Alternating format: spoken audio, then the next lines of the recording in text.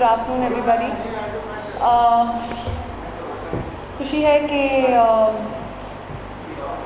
Without mic ultimately जो parents होते हैं वो कहीं ना कहीं ये थॉट ऑलवेज उनके माइंड में होता है कि वो अपने बच्चों को कैसे प्रोटेक्ट करें और उनके बच्चे कैसे प्रोटेक्टेड रहें।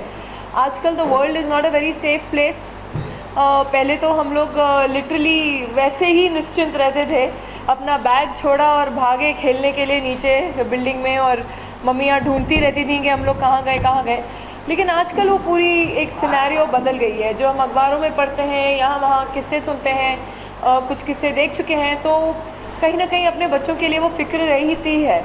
एंड आई थिंक स्पेशली एक मदर के लिए ये जो ऐप इन्होंने बनाया है निश्चिंत, ये पता नहीं इन्होंने आपको बताया कि नहीं, लेकिन यूनिसेफ ने इसको रिकग्नाइज़ किया है कि बहुत ही एक अच्छा तरीका है जिस तरीके से पेरेंटल गाइडेंस और पेरेंटल कंट्रोल होए और कहीं ना कहीं चाइल्ड सेफ्टी के लिए ये इस्तेमाल किया जाए। तो ये एक बहुत बड़ी बात है अपने में ही, और ये हिंदुस्तान का पहला ऐसा ऐप है जो हिंदुस्तानी पेरेंट्स के लिए बनाया गया है। अभी तो सिर्फ नेशनली रिलीज़ हुआ है। I hope this app becomes global. अगर यूनिसेफ ने रिकग्नाइज़ किया है तो ज़रूर ऐसा कुछ होगा आगे। एंड बस यही कहूँगी कि एज अ पेरेंट मैं समझती हूँ ये बहुत ही एक हम सब के लिए ही एक बहुत ही अच्छा ऐप है जो हमें अपने फ़ोन में लोड करना चाहिए, और कहीं ना कहीं ये हमारी रोज़मर्रा ज़िंदगी में बहुत ही अच्छी तरह इस्तेमाल भी हो सकता है। Any questions? लोड कर चुकी हूँ सर। मेरे फ़ोन इस समय है नहीं, शूटिंग के समय मैं फ़ोन नहीं यूज़ करती हूँ, लेकिन बिल्कुल यूज़ कर पहले जब ये आए थे मिलने तभी उसी दिन सुन के मैंने कहा चलो पहले तो मेरे लिए लोड कर दो। लेकिन बात यह है कि कहीं ना कहीं आप देखेंगे बहुत ज़रूरी है। जैसे मेरे बच्चे अभी छोटे हैं 6th स्टैंडर्ड में, लेकिन तभी भी इतने सोशल मीडिया पे इतनी सारी चीज़ें हैं, इंस्टाग्राम है, और कुछ मैं सुनती हूँ जो पेपरों में पढ़ती हूँ, काफ़ी बच्चे जो अब तक बहुत ही छोटे हैं उनके तो इतने सारे फॉलोअर्स हो गए हैं और वो अपने पोजेस देते रहते हैं। अब इतना एक्सपोजर जो है, हर कोई जानता है आप कहाँ हैं, सेफ्टी उसमें कहाँ है। मैं पूछती हूँ कि आप सबको इन्फॉर्म कर रहे हो, मैं इस समय यहाँ बैठी हूँ, मैं ये खा रही हूँ, मेरे ये दोस्त हैं साथ में और मैंने ये पहना हुआ है।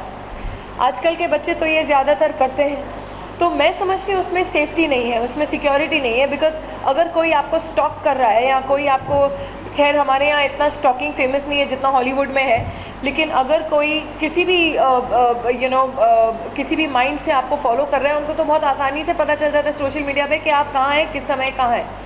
तो इट्स वेरी नेसेसरी कि हमें भी एज पेरेंट्स पता होना चाहिए कि हमारे बच्चों के फ़ोन्स पे क्या चल रहा है, कौन कैसे किस्म के लोग हैं। अब हाल ही में एक मेरी दोस्त की ही बेटी है, वो अभी 6th स्टैंडर्ड में ही है, और उसने फॉलो किया, उसने अपना खुद का अपने डॉग का इंस्टाग्राम स्टार्ट किया, खुद का भी, क्योंकि वो अलाउड नहीं है ना, मैं अपनी बच्ची को अलाउ करती हूँ अभी इन चीज़ों पे आने के लिए अभी तक।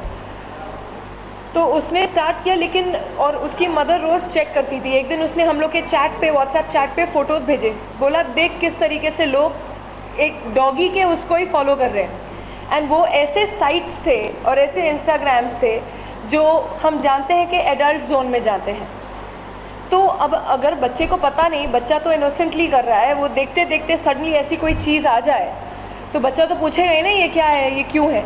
एंड हर एक चीज़ के लिए आई फील एक राइट उम्र होती है जहाँ एक बच्चे को उतनी समझ होनी चाहिए, बैलेंस्ड होना चाहिए कि मैं क्या कर रहा हूँ और मैं इसको कैसे संभालूँ। पर ये तो फिर पेरेंट्स के ऊपर भी है, नई नई चीज़ें हर बार आती रहेंगी, लेकिन हम पेरेंट्स के ऊपर है कि हम कैसे अपने बच्चों को उनके ऊपर हावी ना हो, लेकिन एक प्यार से कंट्रोल करें, उनको हर चीज़ समझाया जाए।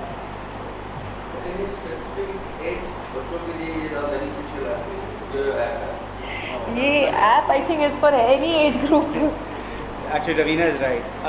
ज़्यादातर हमारे अराउंड 2 लाख पेरेंट्स जो हमसे अभी जुड़ चुके हैं। हम एज ग्रुप जो देख रहे हैं फ़ोन्स का यूजेज का, from age group of 8 to 15-16 तक, पर हमारा एप्लीकेशन टैबलेट्स में भी है, तो वो टैबलेट्स का जोन 5 साल की उम्र से स्टार्ट हो जाता है। 5 साल 6 साल, क्योंकि वो बहुत टाइम स्पेंड करते हैं यूट्यूब में वीडियो देखना या कार्स का गेम खेलना या बाबी डॉल का मेकअप करना, तो ये सब चीज़ों में पेरेंट्स उसके लिए भी यूज़ करते हैं। कई बार माताएं जो पर्सपेक्टिव होती है बच्चों के बारे में, बच्चे बड़े वहाँ से आते हैं, जी सही है। तो बच्चे जो शादी कर सकते हैं या अपने अंदर डेवलप कर सकते हैं, तो उसका एडवांस क्या हो सकता है?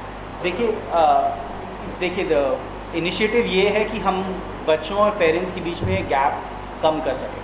हाँ, वो हमसे ज़्यादा एडवांस रहेंगे, वो एक डिजिटल एज में पैदा हो रहे हैं, so they are digitally native, but we will have to be also be trying to keep pace with them, and as Ravina said कि एक हम हावी ना होकर एक दोस्ती वाला रिलेशनशिप कायम करें, तो आपको भी लगेगा नहीं कि इतना हम पिछड़ा है। आपके लिए खुद के लिए एक्चुअली सीखने के लिए बहुत है एज ए पेरेंट, मैं तो खुद बहुत सीखता हूँ। ये ऐप्स कितना अलग है और ऐप्स से और भी ऐप्स होंगे ना, और भी ऐप्स होंगे ऐसे। जी हाँ। कितना अलग है आपका ऐप्स? देखिए, हिंदुस्तान में ऐसा पहला इनिशिएटिव है। वर्ल्ड वाइड हमारे 2-3 प्लेयर्स हैं जो इसमें करते हैं। मोस्टली आपके एंटीवायरस जो वाले जो प्रोवाइड करते हैं वो कुछ करते हैं पेरेंटल कंट्रोल में, बट हिंदुस्तान के पर्सपेक्टिव से ये बहुत सबसे पहला इनिशिएटिव है। तो हम जानते हैं कि एज सच अभी कोई और ज़्यादा कुछ इस डोमेन में कर नहीं रहा है, और ज़्यादातर अभी जो स्टार्टअप रेवोल्यूशन चल रहा है वो ई-कॉमर्स में चीज़ें बेचना चाहते हैं, कोई प्रोटेक्शन के बारे में नहीं सोच रहा है। तो हमने सोचा हम क्यों ना प्रोटेक्शन के बारे में सोचें। 2016 में अपने एशिया में नाम कमाया इस तरह के अच्छी बात। उसमें दूसरे से फर्क पड़ा था टारगेट के पास। जी हाँ। उससे पहले या उसके बाद वापस अपना क्वेश्चन रिपीट कर सकते हैं? 2014 में आपका एप्पल बोला Correct. से आपका इसके आगे टारगेट क्या है? उसके बाद आपने टारगेट वगैरह अच्छे हासिल किए। जी हाँ। रिस्पॉन्स अच्छा मिला। जी हाँ, आप देख सकते हैं कि मतलब जो भी 2-2.5 साल में हम 2-2.5 लाख पेरेंट्स के साथ इंटरेक्ट कर रहे हैं। हमारा टारगेट ये है कि एटलीस्ट हम अगले 2-3 महीने में वो 2.5 लाख को हम 10 लाख कैसे कर पाएँ। आखिर एक सुरक्षा की बात है, सो बच्चे कहीं पर भी हों वो सुरक्षित होने चाहिए, and that is our endeavour. Ravindra ji, आपसे एक सवाल जो हमारा बॉलीवुड इंडस्ट्री आज एक ही सवाल है कि पाकिस्तानी एक्ट्रेस को इंडिया में काम करना है, आपका विचार क्या है?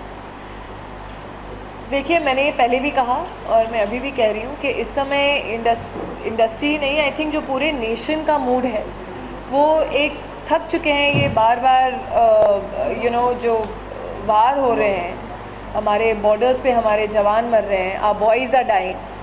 तो मैं समझती हूँ उसके कंपैरिजन में ये फिल्मों की बात करना बहुत छोटी बात है। दूसरी बात ये ज़रूर है कि एंगर इतना है हमारे नेशन में, मूड ऐसा है सबका कि कहीं ना कहीं एक बहुत ज़रूरी बात आ जाती है सामने कि जो डिसीजन हमारी गवर्नमेंट ने लिया है, जो डिसीजन हमारी आर्मी ने लिया है, हमें फुल फ्लेजेड सपोर्ट उनको देना चाहिए। पर कहीं ना कहीं ये जो बाकी जो सुन रहे हैं धमकियाँ और इसको मार देंगे उसको मार देंगे, ये सब नहीं होना चाहिए। हमें हमारे देशवासियों में एक यूनिटी होनी चाहिए, एक दूसरे को समझना चाहिए, और हम में एक यूनिटी बहुत ज़रूरी होनी चाहिए। हम एक दूसरे को पीट के क्या करेंगे, क्या अचीव करेंगे? That I don't agree with. यानी कि आपके हिसाब से ऐप पाकिस्तान हर देश में जाना है, ऐप इतना यूज़ ये हमारा ऐप, हाँ ये हमारा ऐप तो बहुत ज़रूरी है। हमारा ऐप तो पूरे ग्लोबल जाना चाहिए, वही नहीं। अगर मैं एक सेंटेंस ऐड करूँ, बच्चों और सुरक्षा बॉर्डर नहीं देखते, बच्चे और सुरक्षा बॉर्डर नहीं देखते। सो बच्चे कहीं पर भी हों, भले ही हिंदुस्तान में हों, अमेरिका में हों या और कहीं पर भी हों, उनकी सुरक्षा, उनको सुरक्षित रखना रिस्पॉन्सिबिलिटी पेरेंट्स की है, बॉर्डर्स की नहीं है। Do you agree that film actors are usually targeted at times like this? When it's talking about two countries and diplomacy, do you think you guys are on the forefront? See, no, I'll tell you something. Yes, we are supposed to set some certain sort of moral standards. There are people who are, if we have a huge fan following, then there is an example that we have to set as well for people to follow. So we have definitely a moral responsibility towards the people who are our friends, our fans, our well-wishers, and first and foremost towards our nation. So If somewhere people think that someone fails, whether it is cricket or it is movies or it is everything, people follow. So everyone has, when you reach that certain point and you've seen that kind of success, one definitely has a certain moral responsibility towards our society and our nation. And if you are being specifically asked this question, you think it comes with a tag of being popular? It's a price that you have to pay for being popular? It's not a price. I will gladly do it. I will gladly be morally responsible to my country. No two ways about it.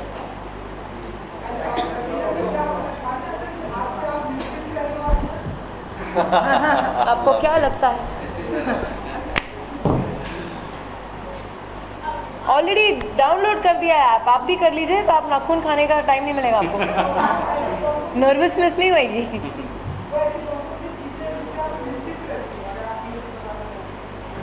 देखिए, as a mother आप पूछेंगे तो ये app बहुत ज़रूरी है definitely, लेकिन क्योंकि कहीं ना कहीं चिंतित तो माएँ रहती हैं। बच्चा बाहर, लड़कियां जब बड़ी हो जाती हैं, लड़के भी जब बड़े हो जाते हैं, आजकल किसी कोई ऐसे नहीं है कि लड़कियां ही सेफ़ नहीं है, ये आजकल it can be anything.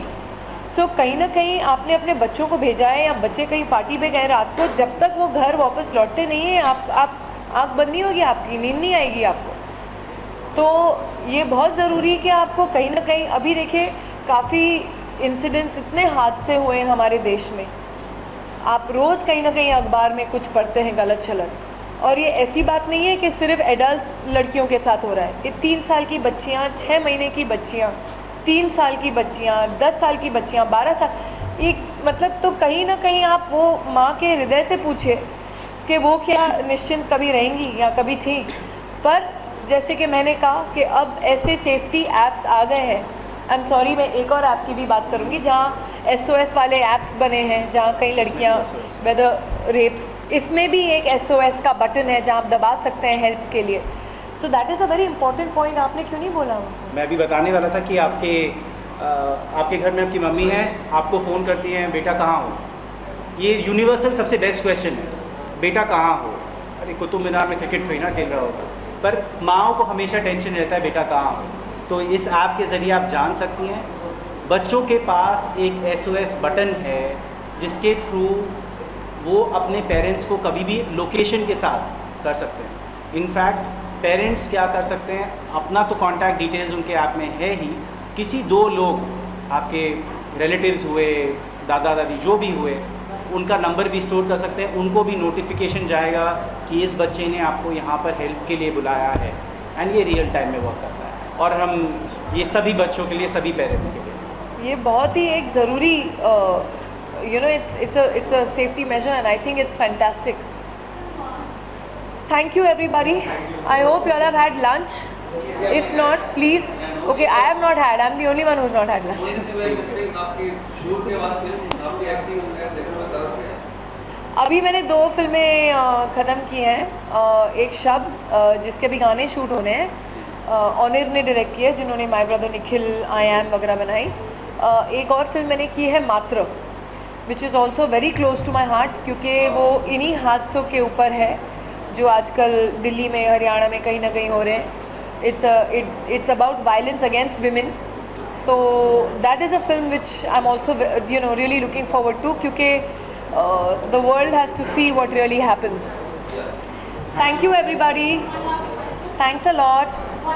Thank you my love. A lot of people are now coming out in the open and admitting that at some point in their life they've had to, face depression of some sort. Like we had Deepika Padukone talking about it, and now very recently Ma'am Karan Johar. I just wanted to get your opinion on the same. I'll tell you something, that is something, a low in life is something no one can escape. Everybody has a story, you, me, him, her. Everybody has a story. So at a certain point in everybody's life, they have to battle this. So nobody escapes it.